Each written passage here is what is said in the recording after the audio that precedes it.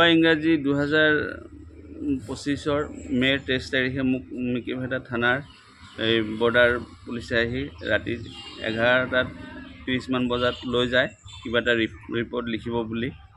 ৰাতিটো মোক মিকিভেটা থানাত ৰাখিছে। পিছদিনাখন মোক SP অফিচত লৈ গ'ল।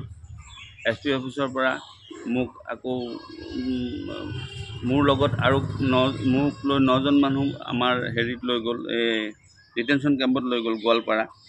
তাত মই ৰাতিটো থাকিলোঁ। তাৰপিছত আকৌ মোক দুদিনমান থকাৰ পিছত 27 তাৰিখে মোক লৈ যায় হেৰিত এই বৰ্ডাৰ BSF আহি বৰ্ডাৰত লৈ যায়।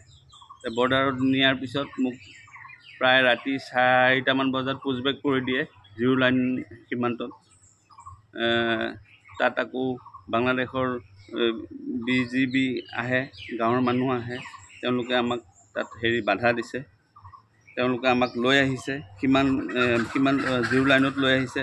অনাৰ পিছত গোটেই দিনটো ৰ'দতে আছোঁ।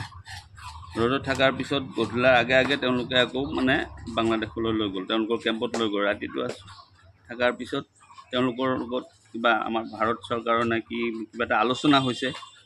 আলোচনাত ইয়াৰ আগত মোৰ মিছেছে কৰিছে, যেতিয়া মোক লৈ গ'ল গম পালে, বৰ্ডাৰ পাৰ কৰাই দিলে, গম পালে, তেওঁ কি কৰিলে, আমাৰ গোচৰ মহামান্য উচ্চতম ন্যায়ালয়ত চলি আছে। তেওঁ কৰিলে কি কাগজ পত্ৰ লৈ আমাৰ বৰ্ডাৰ ব্ৰাঞ্চত, আমাৰ মৰিগাঁও বৰ্ডাৰ ব্ৰাঞ্চত এখন আবেদন কৰিছে যে মোৰ স্বামীজন স্বদেশী, তেওঁক ঘূৰাই আনিব লাগে। সেইমতে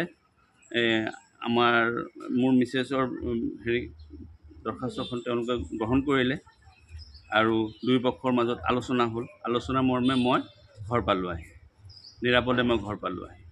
আপোনাক কিবা নটিচ জাৰি কৰিছিলে নেকি প্ৰথমতে যে আপুনি বাংলাদেশলৈ যাব লাগিব বুলি? তেনেকুৱা নাই, তেনেকুৱা নটিচ মোক জাৰি কৰা নাছিলে।